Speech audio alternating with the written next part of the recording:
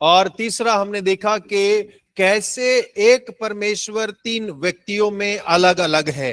So God sends the Son into the world. परमेश्वर पुत्र को संसार में भेजते हैं।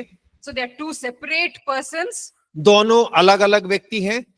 Then the Father and the Son together send the Holy Spirit. और उसके बाद देखा कि पिता और पुत्र दोनों पवित्र आत्मा को भेज रहे हैं। So which means the Holy Spirit is a separate person and God and Son are separate persons. और ये इस बात को दर्शाता है कि पवित्र आत्मा एक अलग व्यक्ति है, पिता और पुत्र अलग व्यक्ति हैं। So the third thing that we saw is that they are three separate persons. और तीसरी बात हमने देखी कि वो तीन अलग अलग व्यक्तित्व हैं। The fourth thing which we saw is how do we pray to this triune God. और चौथी बात जो हमने देखी वो ये है कि किस प्रकार इस त्रिएक परमेश्वर से हम प्रार्थना कर सकते हैं।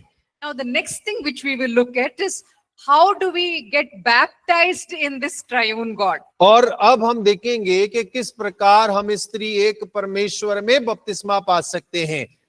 Matthew 28, 19 to 20. मत्ती 28 उसका 19 से 20। If someone can read out.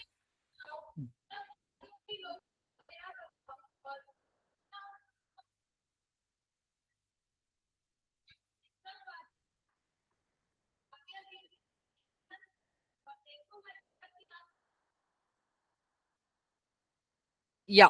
So here we are told that Jesus tells the disciples. और यहाँ पर यीशु मसीह अपने चेलों से कह रहे हैं। He says, "Go and baptize in the name of the Father, Son, and Holy Spirit." और यीशु मसीह ने चेलों से कहा कि जाके पिता, पुत्र, पवित्र आत्मा के नाम से बपतिस्मा दो। He doesn't say in the names of the Father, Son, and Holy Spirit. और वो ये नहीं कह रहे कि इनके नामों से, पिता, पुत्र, पवित्र आत्मा के नामों से बपतिस्मा दो। We are not baptized in the names of three gods. और देखिए तीन परमेश्वर के नामों से हमें बपतिस्मा नहीं दिया जाता। We are baptized in the name of one God. और हमें एक परमेश्वर के नाम में बपतिस्मा दिया जाता है। So even though three persons are mentioned in this verse, और इस वचन के अंदर में तीन व्यक्तियों का जिक्र किया गया है, but it says name, it singular. और देखिए यहाँ पर एक वचन का इस्तेमाल किया गया है, नाम। It doesn't say names. और यहाँ पे बहुवचन यानी कि नामों शब्द का इस्तेमाल नहीं किया गया। So yes, we accept the fact that our God is made up of three separate persons. और हाँ, हम इस तथ्य पर विश्वास करते हैं कि हमारे परमेश्वर के अंदर में तीन अलग अलग व्यक्तित्व हैं, व्यक्ति हैं। But he is one God with one name. और लेकिन वो एक परमेश्वर है और उसका एक ही नाम है। Now, in your notes, there is some explanation given on how to understand this Trinity. और देखिए आपके नोट्स में इसका वर्णन किया गया है कि हम त्रिएक परमेश्वर को किस प्रकार समझ सकते हैं। Page 18. और 18 नंबर पेज में हिंदी में It says over there in your Hindi notes, it says, परमेश्वर सार में एक है. और यदि आप पढ़ेंगे तो वहां लिखा है परमेश्वर सार में एक है। I did not know what the meaning of sar is. और सार का मतलब उन्हें नहीं पता है। So yeah, I looked it up in Google. और गूगल में उसको देखा। So there in Google it says that sar is the पदार्थ का मुख्य और मूल अंश. That is the meaning given for sar. और सार का अर्थ दिया गया है गूगल में। That it is the मुख्य और मूल अंश of something. और वो किसी चीज का मूल भाग है या मुख्य भाग है। So our God in his sar, he is one. और देखिए हमारा परमेश्वर अगर उसका सार देखें तो वो एक है। Exactly. Okay. So in his sar, our God is one single God. और हमारे परमेश्वर का अगर सार देखे तो वो एक अकेला परमेश्वर है, एक ही परमेश्वर है। His मुख्य मूल अंश is one. और उसका जो मुख्य अंश जो है, उसका जो मूल है वो एक ही है। Let's use an example. और आइए उदाहरण का इस्तेमाल करते हैं। I will give you a cup of brown liquid. और मैं आपको एक मेहरून रंग के तरल पदार्थ का एक प्याला देती हूं, And I will ask you, what is the sar of this substance? और फिर उसके बाद मैं आपसे सवाल करती हूं कि ये जो मैंने आपको पदार्थ दिया है इसका सार क्या है, सार क्या है। So you will dip your finger into that cup, और आप अपनी उंगली को उस प्याले में डुबोएंगे you will taste it, और आप उसे चखेंगे, and then you will say, oh, the sar of this liquid is chocolate sauce. और आप कहेंगे ये जो तरल पदार्थ आपने दिया है वो तो चॉकलेट सॉस है। So that object, its substance, its essence is chocolate. और उसका जो मूल है, जो उसका सार है, उसका जो मुख्य चीज जो है वो चॉकलेट है। What about you and me? और आपका और मेरा क्या है? What is our substance? What is our essence? और हमारा तत्व क्या है, हमारा सार क्या, हमारा आधारभूत क्या है? We are human. हम मनुष्य हैं। So in that way, what is the sar? What is the substance of God? और परमेश्वर का सार क्या है? बिल्कुल वैसे ही His sar is divinity. और उसका सार है कि वो ईश्वरीय है, ईश्वरीय रूप है। So that is his divinity is his substance. और देखिए ईश्वरीय उसका आधार है, उसका सार है। In the entire universe, there is only one divine being. और पूरे ब्रह्मांड के अंदर में केवल एक ही ईश्वरीय तत्व है, And that is the living God. और वो जीवित परमेश्वर है। There are no other divine beings. और कोई ईश्वरीय चीज मौजूद नहीं है। There is only one divine being, and that is the Yahweh, the living God. और केवल एक ही ईश्वरीय तत्व है जो यहोवा है, जीवित परमेश्वर है। So in his substance, he is divine. और उसके सार में वो ईश्वरीय है। But when it comes to his personhood, he is three. और लेकिन जब उसके व्यक्तिगत तौर पर अगर हम देखें तो वो तीन हैं। A theologian named Norman Geisler.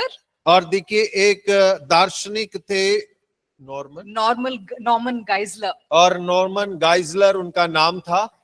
This is how he describes it.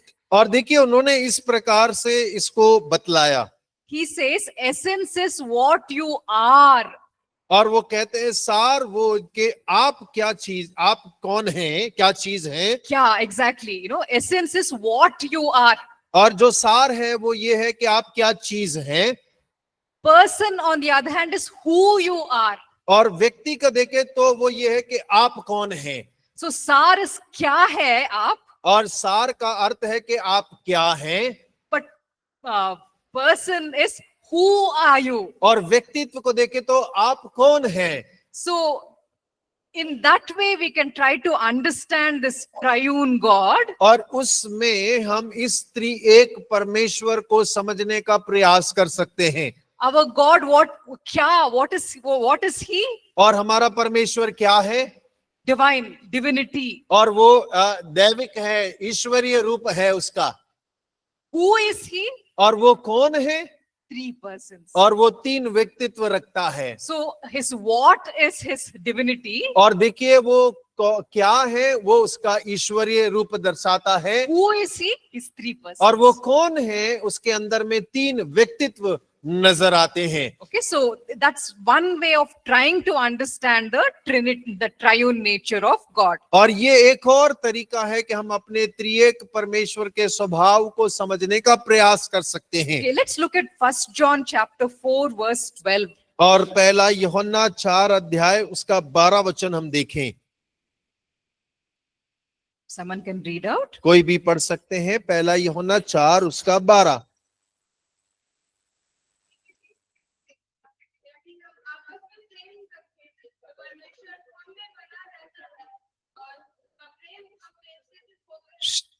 It says in the beginning of the verse, no one has ever seen God. और देखिए आरंभ में ही वचन कह रहा है कि किसी ने कभी परमेश्वर को नहीं देखा।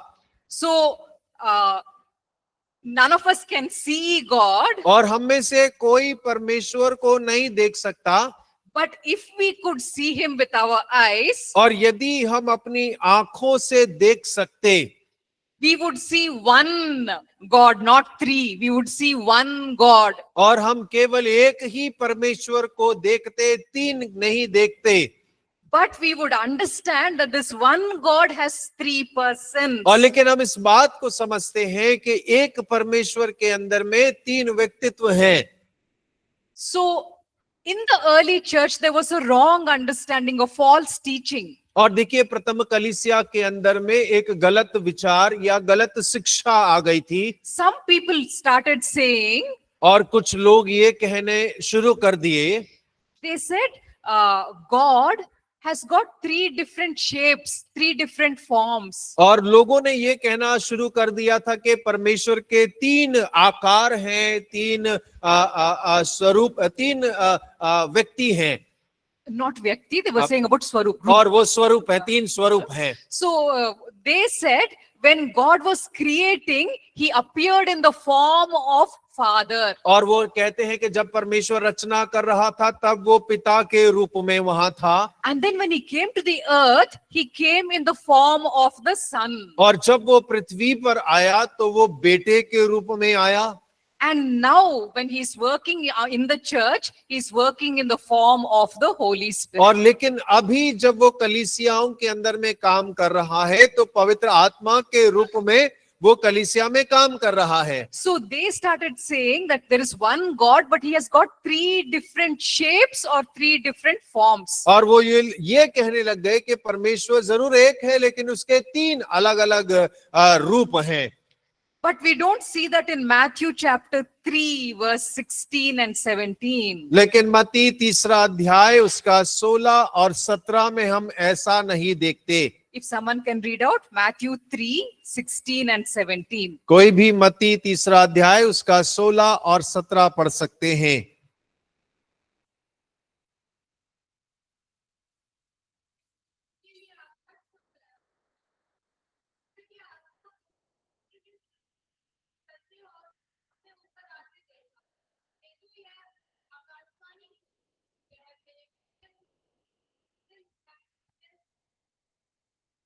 Here we don't see one person in these verses. और देखिए, यहाँ पर हम एक व्यक्ति को इन वचनों में नहीं देखते हैं। We see Jesus. हम यीशु को देख रहे हैं।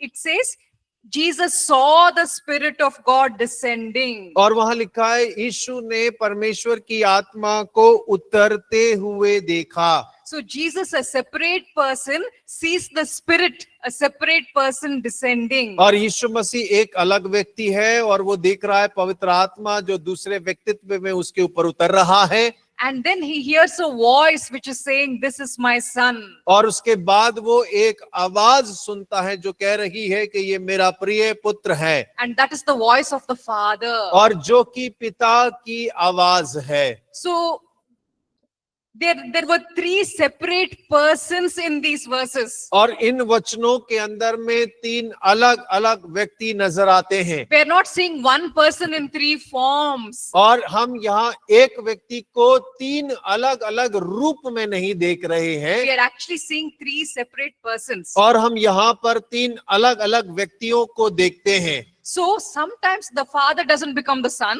और देखिए, पिता जो है वो पुत्र नहीं बनता। He's always only father. और वो हमेशा पिता ही के रूप में ही रहता है। Jesus is always the son. और यीशु मसीह हमेशा पुत्र ही है। In Isaiah 9, he's given the title of everlasting father. यशाया 9 में उसे अनंत पिता का शीर्षक दिया गया है। But he is always the son in his character. और लेकिन वो अपने चरित्र में हमेशा पुत्र ही है। And so the Holy Spirit sometimes doesn't become father. और देखिए, पवित्र आत्मा कभी कभी पिता नहीं बन जाती। Holy Spirit will always be Holy Spirit. पवित्र आत्मा हमेशा पवित्र आत्मा ही रहता है। So they don't change forms and shapes. और वो लोग रूप और व्यक्तित्व नहीं बदलते हैं। Because they're always one single person. और क्योंकि हमेशा एक ही व्यक्ति का जिक्र है। Okay, so another important thing to Another wrong teaching which was there at that time. और देखिए प्रथम कलीसिया के अंदर में एक और गलत शिक्षा प्रवेश कर गई थी। Some people said, this is very difficult to understand. और Okay. कई लोग कहते थे कि ये समझना बहुत मुश्किल है। I'm sure there are actually 3 separate gods, और हमें शायद पक्का है कि वो 3 अलग अलग परमेश्वर हैं। but maybe they are sharing their sar, they are sharing their substance. और हो सकता है कि वो लोग अपना सार एक दूसरे से बांट रहे होंगे। No, all 3 of them are together sharing one single sar. और वो तीनों एक साथ एक ही सार को बांट रहे हैं। Okay, so that is again a wrong teaching, और फिर से वो एक गलत शिक्षा थी, because God the Father is fully, completely divine, 100%. और क्योंकि पिता परमेश्वर जो है पूर्ण रीति से ईश्वरी ही है, 100% वो परमेश्वर का रूप है। 100% of divinity is there in him. और उसके अंदर में 100% ईश्वरीय स्वभाव है। He's not sharing some of it with Jesus. और वो उसमें से कुछ यीशु मसीह के साथ में बांट नहीं रहे हैं। So it doesn't mean that 50% divinity is there in Father and 50% is there in Son. और ऐसा नहीं था कि 50% पिता में है, 50% ईश्वरीय रूप यीशु मसीह में मौजूद है। So the 3 persons of the Trinity are not sharing divinity. और तीनों जो त्रिएक परमेश्वर के जन हैं वो एक सार को आपस में बांट नहीं रहे हैं। Okay, so let's use the example of a cake. और हम एक केक का उदाहरण ले लेते हैं, It's a chocolate cake. और वो भी चॉकलेट वाला। So in the cake box there is a cake. और एक केक के डब्बे में केक है। So the sar of that cake is chocolate. और देखिए उसका जो सार है वो है chocolate. Okay, but now in our example, let's think that the substance of this cake is divinity. और हम अपने उदाहरण में मान लेते हैं कि अभी जो केक है उसका सार जो है वो दैविक ईश्वरीय रूप है। Okay, so now we cut this cake into 3 portions. और अभी हम जो है उस केक को 3 भाग में काट लेते हैं। We take out one portion and we put it on a plate. और हमने उसका एक भाग लिया और उसे थाली में रख लिया। Now that cake piece, it has 1/3 of the divinity. और अभी जो थाली में रखा केक का टुकड़ा है उसमें ईश्वरी रूप का 1/3 भाग है। Inside the box there is 2/3 divinity. और जो डब्बे में है उसमें 2/3 ईश्वरीय भाग है। Let's take out another piece and place it on another plate this side. और अभी एक और टुकड़ा लेते हैं, दूसरी थाली में उसे रख देते हैं। Now 1/3 divinity is over here. और अब 1/3 ईश्वरी रूप उसमें मौजूद है। And here this 1/3, here this 1/3. और 1/3 यहाँ है, 1/3 डब्बे में है और 1/3 दूसरी थाली में है। God is not like that. परमेश्वर इस प्रकार से नहीं है। Look at Colossians chapter 2 verse 9. कुलुसियों उसका 2 अध्याय उसका 9 वचन पढ़िएगा।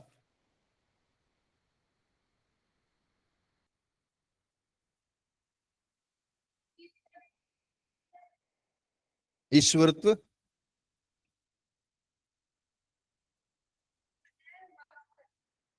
It says over there that all, it doesn't say some, it says all the fullness of the deity lived in Jesus in bodily form. और वो वहां कह रहा है इसमें सारी ईश्वरत्व जो है पूर्णता वास करती है।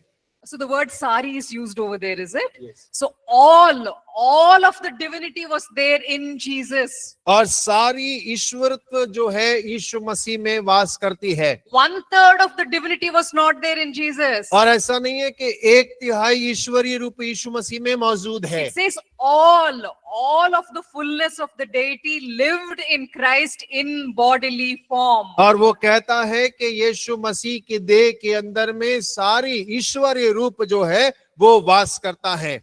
So when Jesus Christ came to the earth, और जब यीशु मसीह पृथ्वी पर आए, he came with 100% divinity inside him. और वो पूरी 100% ईश्वरीय रूप अपने भीतर लेकर इस पृथ्वी पर आए।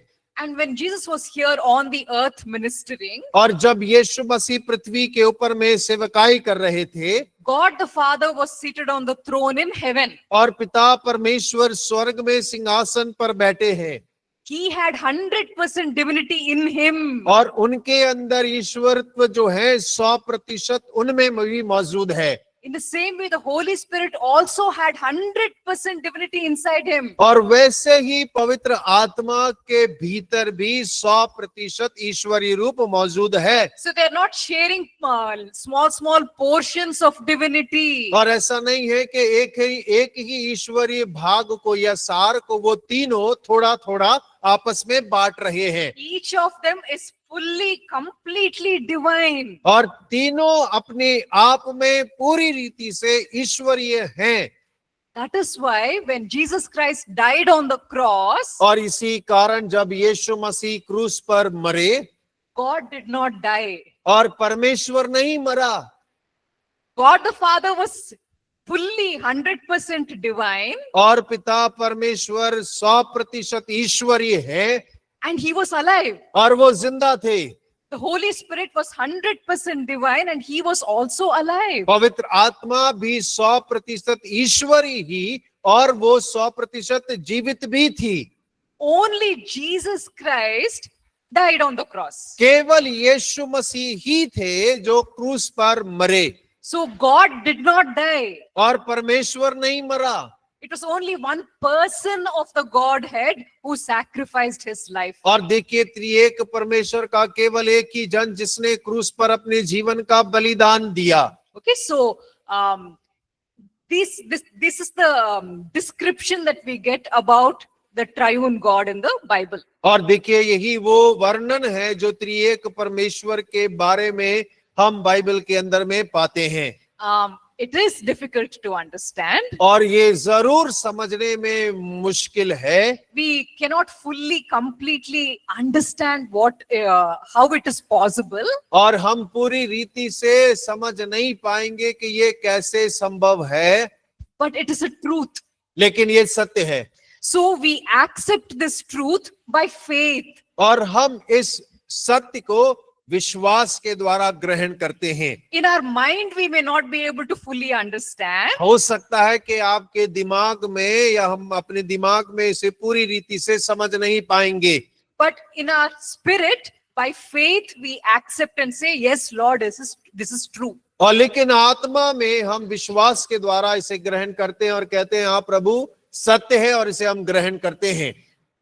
One teacher made a very important statement. और एक शिक्षक ने एक बहुत महत्वपूर्ण वाक्य कहा। He said, if you try to explain Trinity, you will lose your mind. उन्होंने ऐसा कहा, अगर त्रिएकता को समझने का प्रयास करोगे तो दिमाग खराब हो जाएगा। But if you try to deny Trinity, you will lose your soul. और लेकिन उन्होंने ऐसा कहा आगे, यदि आप त्रिएकता का इनकार करते हो तो अपने प्राण से वंचित हो जाओगे। So if you try to explain it, maybe only your dimag you will lose. और हो सकता है कि जब आप इसको समझाने का प्रयास करें तो आपका दिमाग जरूर खराब हो सकता है। But if you try to deny the Trinity, you will lose your soul. और लेकिन यदि आप इसका इनकार करते हैं तो अपने प्राण को हमें खोना पड़ेगा। Because this is what it says in John 5:18. और यूहन्ना 5:18 में ऐसा लिखा है, Yeah, if कोई पढ़ सकते हैं? John 5:18. यूहन्ना 5 उसका 18।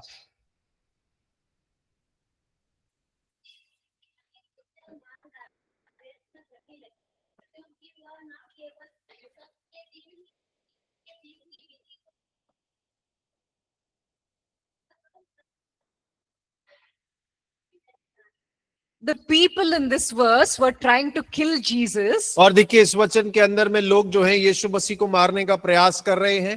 They did not want to accept that Jesus is equal with the Father. और वो इस बात को स्वीकार ही नहीं करना चाहते कि यीशु मसीह पिता के समान है।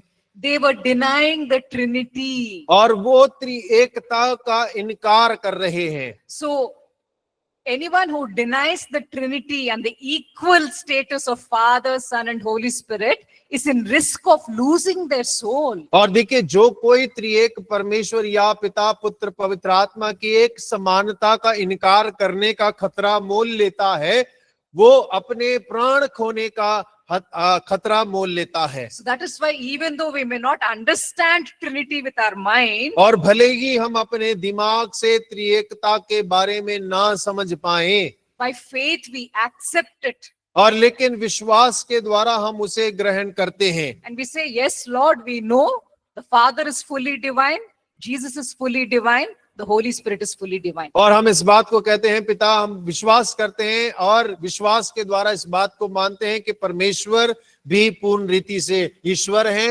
पुत्र भी और पवित्र आत्मा भी। There are some examples which are used to describe Trinity. और देखिए, कुछ उदाहरण जिनका मैं उपयोग करती हूँ त्रिएकता को समझाने के लिए, But those examples which people use, they are wrong examples. और लेकिन कुछ उदाहरण हैं जो लोग इस्तेमाल करते हैं जो कि गलत उदाहरण हैं।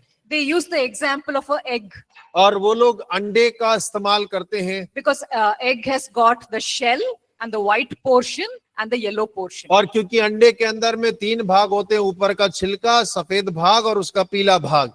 That is not a good example of Trinity. और त्रिएकता के बारे में ये बिल्कुल भी अच्छा उदाहरण नहीं है।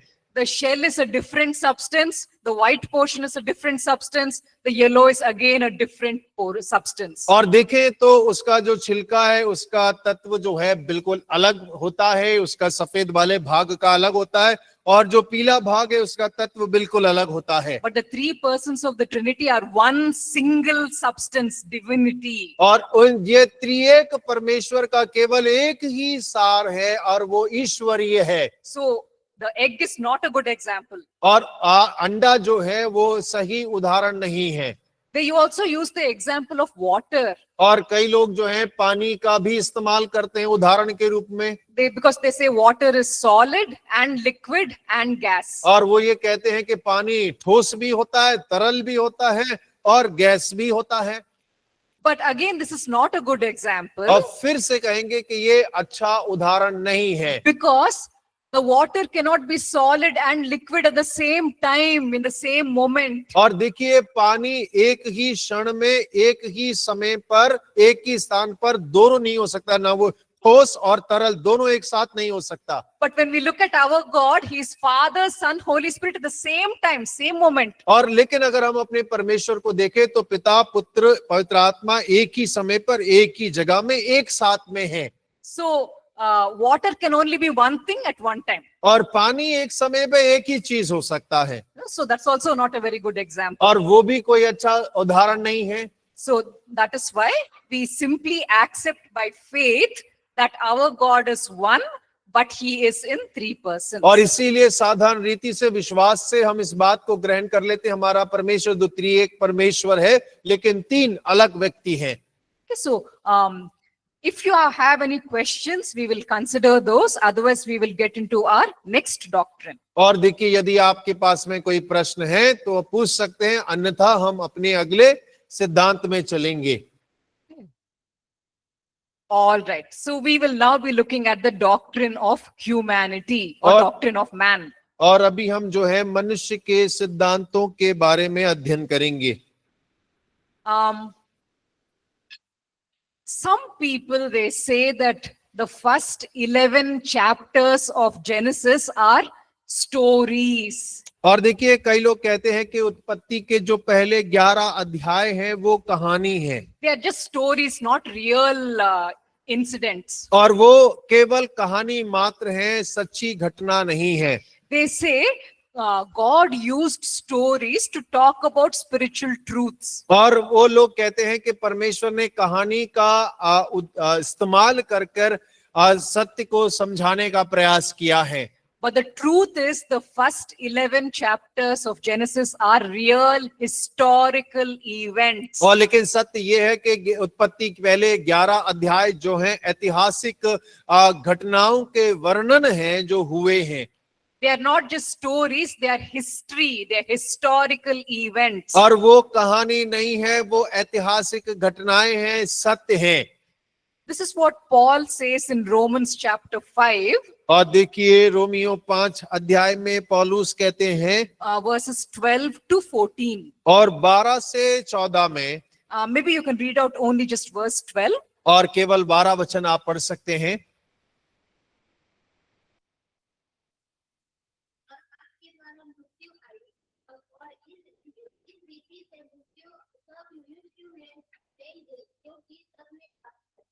So it talks about how sin entered this world through one man. और यह बात करता है कि एक मनुष्य के द्वारा किस प्रकार पाप संसार में प्रवेश करता है। Let's look at one more verse. और एक और वचन को अगर हम देखें, 1 Corinthians 15, पहला कुरिन्थियों 15 अध्याय 21 and 22. उसका 21 और 22 वचन।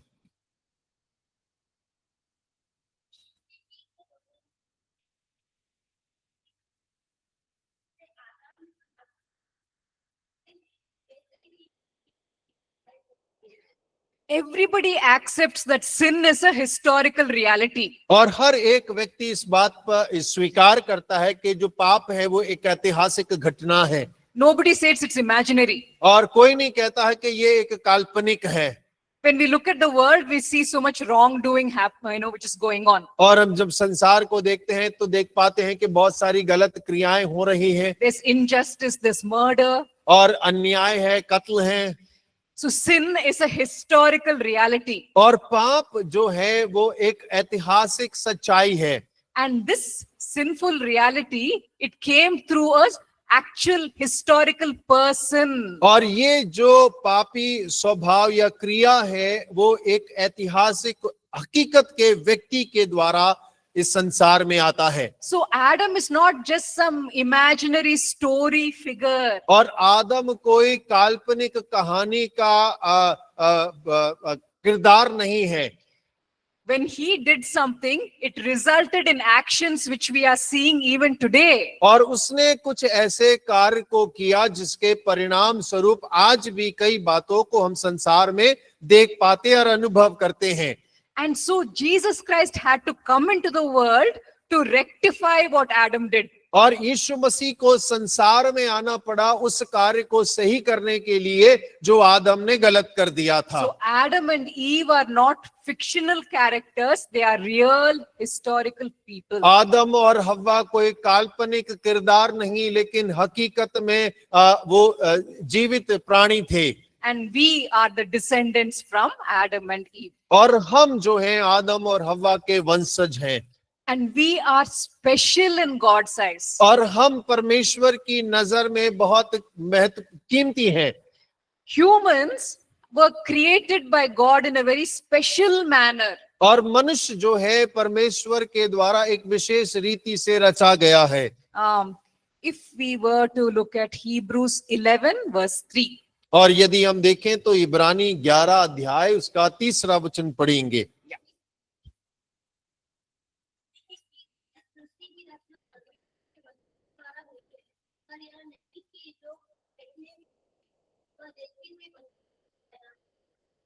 Here in this verse, we are told that the universe was created by God's command. और हम यहाँ वचन में देखते हैं कि जो संसार ब्रह्मांड है परमेश्वर की आज्ञा के द्वारा रचा गया है। God spoke and created the universe. परमेश्वर ने कहा और ब्रह्मांड की रचना को किया।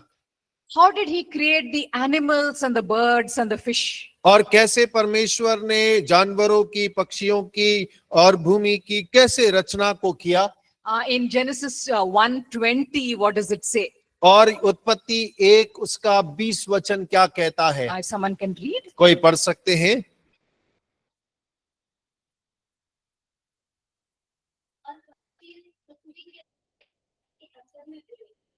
Jesus, God said, let there be animals, and the animals were created. और देखिए परमेश्वर ने कहा कि जानवर पशु उत्पन्न हो जाएं और वो उत्पन्न हो गए। So by speaking, God commanded things into existence. और बोलने के द्वारा परमेश्वर की आज्ञा के द्वारा चीजें अस्तित्व में आ गईं। But we also see another important detail in Genesis 2:19. और देखिए एक और विशेष बात को हम उत्पत्ति दूसरे अध्याय उसके 19वें वचन में बहुत विवरण के साथ में देखते हैं।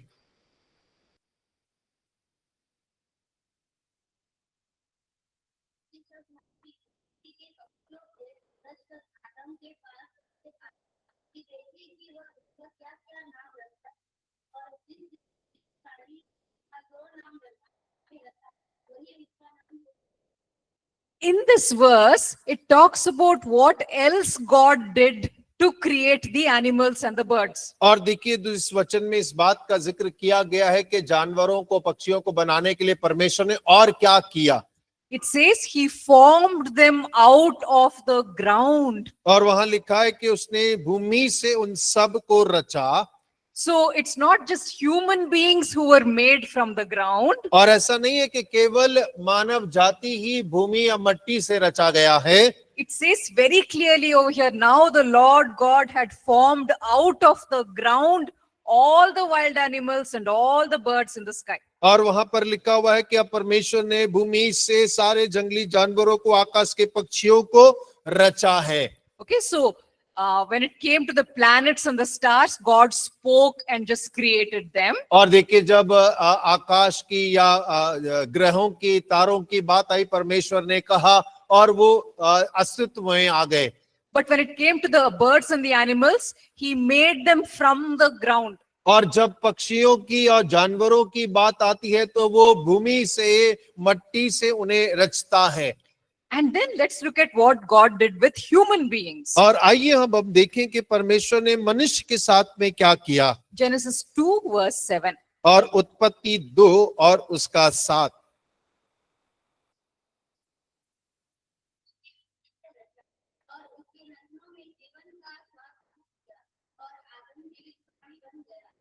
So here there's something extra which God does for humans. और यहाँ पे मनुष्य के लिए परमेश्वर कुछ और ज्यादा काम करता है।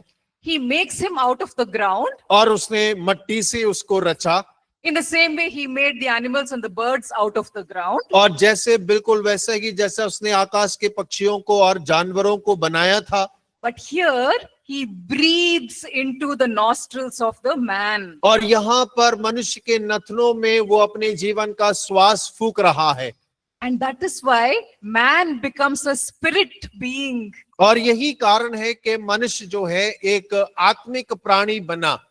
So animals and birds were made from the ground. और जो पक्षी हैं, जानवर हैं, उन्हें भूमि से तो रचा गया है। Humans also were made from the ground. और मनुष्य भी भूमि से या मट्टी से रचा गया है। But God himself breathed his breath into humans. और लेकिन परमेश्वर ने अपने जीवन के श्वास को मनुष्य के नथनों में फूंका है। And that is why there is something separate, different about humans. और यही कारण है कि मनुष्यों के लिए थोड़ा सा अलग है। God did not breathe into the animals. और परमेश्वर ने जानवरों में अपना श्वास नहीं फूंका है। It's into humans that he breathed. और केवल मनुष्य ही था जिसके अंदर परमेश्वर ने अपने श्वास को फूंका है। So we are created in the image of God. और हम जो है परमेश्वर के स्वरूप में बनाए गए हैं। Animals are not in the image of God. जो जानवर हैं वो परमेश्वर के स्वरूप में नहीं बनाए गए। They were not, God did not breathe into them his breath. परमेश्वर ने अपना श्वास जानवर या पक्षियों के अंदर में नहीं डाला है। So that is why we are a special creation. और यही कारण है कि हम परमेश्वर के लिए एक विशेष रचना है। So this is Genesis 2:7 describes the creation of Adam. और देखिए उत्पत्ति 2:7 जो है आदम की रचना का वर्णन करता है। What about Eve? What does it say about Eve's creation? और हव्वा की रचना के बारे में वचन क्या कहता है? So Genesis 21 and 22. और उत्पत्ति दूसरा अध्याय उसका 21 और 22 वचन। Yeah, please.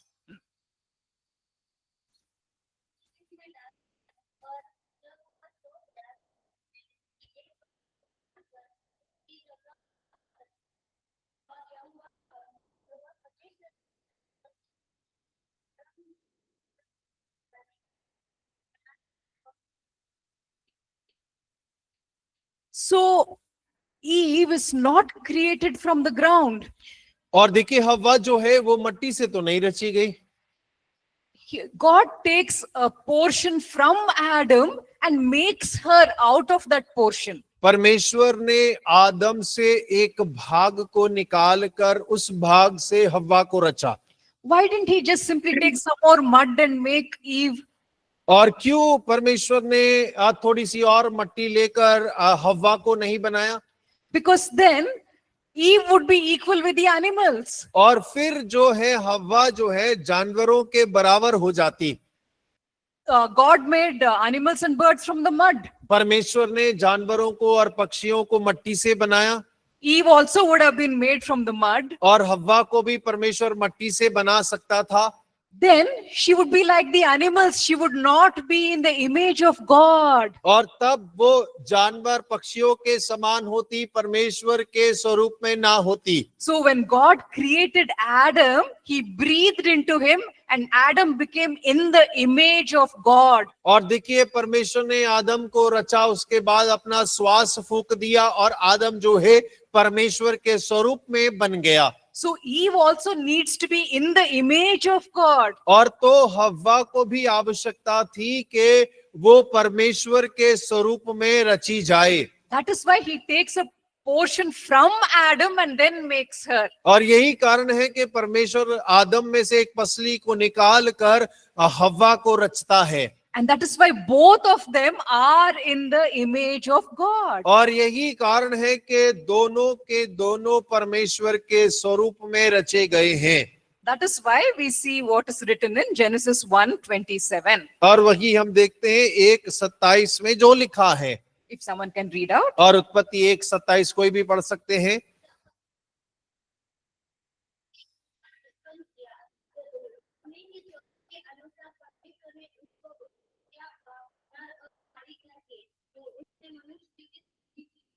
So God created man in his own image. परमेश्वर ने मनुष्य को अपने स्वरूप में रचा। Male and female he created them. और फिर उसने उन्हें नर और नारी करके रचा। So when that word man is used over there in the beginning, that's the word human. और देखिए अगर देखें वहां जो पुरुष शब्द या मानव शब्द, पुरुष शब्द का जो इस्तेमाल किया गया है वो मानव के लिए इस्तेमाल किया गया So है। it's not talking about just men who are created in God's image. और वो ये नहीं कह रहा कि केवल पुरुष परमेश्वर के स्वरूप में रचे गए हैं। Even though the first sentence says God created man in his own image. और भले ही पहले वाक्य में ये लिखा है कि परमेश्वर ने पुरुष को, आदम को, नर को अपने स्वरूप में रचा है। In the next portion, it clearly says male and female he created them. और अगला वाक्य जब हम पढ़ते हैं तो वहां स्पष्ट लिखा है कि नर और नारी करके परमेश्वर ने अपने स्वरूप में उन्हें रचा है। That is why in God's eyes, both men and women are equally valuable. और इसीलिए परमेश्वर के नजरिए में नर और नारी दोनों एक समान मूल्य है। Because both of them are in his image. और क्योंकि दोनों जो हैं परमेश्वर के ही स्वरूप में हैं। That is why men and women should show respect to one another. और यही कारण है कि नर और नारी, स्त्री पुरुष को एक दूसरे के प्रति अपने आदर सम्मान को प्रकट करना है। Women should not say, oh, men, they have no brains, they are useless. और लड़कियों को स्त्रियों को ये नहीं कहना है कि इनके पास तो दिमाग ही नहीं, आदमियों के पास तो। The men are created in God's image and they must respect the men. और जो पुरुष है वो परमेश्वर के स्वरूप में रचा गया, इसीलिए उनका आदर करना अवश्य है। In the same way, men cannot say about women, oh, what can women achieve? They are good for nothing. और देखिए उसी रीति से पुरुष भी ऐसा नहीं कर सकता है, ये औरतें क्या करेंगी, कुछ नहीं कर सकती, कुछ हासिल नहीं कर सकती। These women are created in the image of God and they deserve respect. और ये जो महिलाएं हैं, स्त्रियां हैं, परमेश्वर के स्वरूप में रची गई हैं और वो सम्मान के योग्य हैं। Men and women have been given different functions and roles. और स्त्री और पुरुष दोनों की अलग अलग भूमिकाएं हैं, अलग अलग जिम्मेदारियां हैं निभाने के लिए। But God values both of them equally. लेकिन परमेश्वर दोनों को एक समान ही मूल्यांकन करता है। The world rates and ranks people according to its worldly standards. और संसार अपने स्तर के अनुसार लोगों का मूल्यांकन करता है। Money, power, position are very, very important in the world size. और देखिए संसार के अंदर में पैसा, पद और रुतबा जो है बहुत महत्व रखता है। And in olden times, it was the men who had money in their hands. और पुराने नियम में वो पुरुष थे जिनके हाथ में रुपया होता था। I don't mean Purana Niyam, I just mean, पुराने समय में।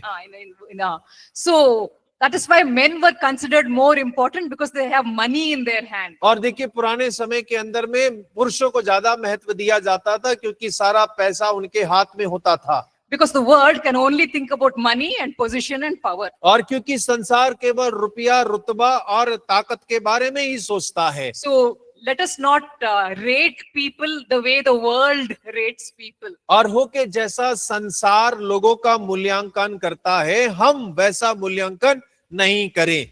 Because we must realize that people are in the image of God. और हमें इस बात को पहचानने की आवश्यकता है कि लोग परमेश्वर के स्वरूप में रचे गए हैं। So we must not rank people based on their skin color. और हमें उनके रंग के आधार पर लोगों को आदर नहीं करना है। We should not rank people based on the amount of money they have. और कितना पैसा उनके पास है उसके आधार पर हमें उनको मूल्यांकन नहीं करना है। We must not rate and rank people based on the race or that they belong to. और उस जिस पीढ़ी, जिस जाति से वो आ रहे हैं उसके आधार पर ही भी हमें उनका मूल्यांकन नहीं करना है। Because we have to understand that each person, whatever their color, whatever their economic status, they are in the image of God. और हमेशा हमें इस बात को याद रखना है, हमें कभी भी रंग भेद नहीं करना है, जाति भेद नहीं करना है। इस बात का याद रखना है कि वो परमेश्वर के स्वरूप में रचे गए हैं। What do we mean when we say that we are in the image of God? और इसका मतलब क्या है जब हम कहते हैं कि हम परमेश्वर के स्वरूप में हैं? Does it mean that God has got a face, a nose and two hands? और क्या इसका अर्थ ये है कि परमेश्वर के पास में दो नयन, एक नाक, दो हाथ हैं? So is it talking about physical image? क्या वो शारीरिक भाव के बारे में बात कर रहा है? We talked about that yesterday, right? और कल हमने इसके बारे में चर्चा की थी। That God is a spirit. परमेश्वर आत्मा है। He doesn't have a body. और उसके पास में कोई देह, शरीर नहीं है। So when it talks about us being in the image of God, it's not talking about physical similarity. और देखिए जब हम वचन बात करता है कि हम उसके स्वरूप में हैं, तो ये देह समानता के बारे में बात नहीं करता है। It's talking about us as persons. और परमेश्वर बात करता है हमारे व्यक्तित्व के रूप में। In our person, in our personality, we are like God.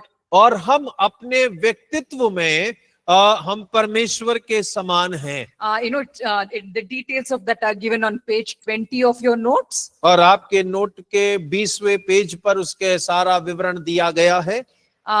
The same way God can think and analyze, we also can think and analyze. और देखिए जिस प्रकार परमेश्वर विचार कर सकता है, सोच सकता है, विचार विमर्श कर सकता है, वैसे ही हम लोग भी कर सकते हैं। Okay, I think that's the break. We'll come back from the break and continue. और ब्रेक के बाद हम दोबारा आएंगे और फिर आगे बढ़ेंगे।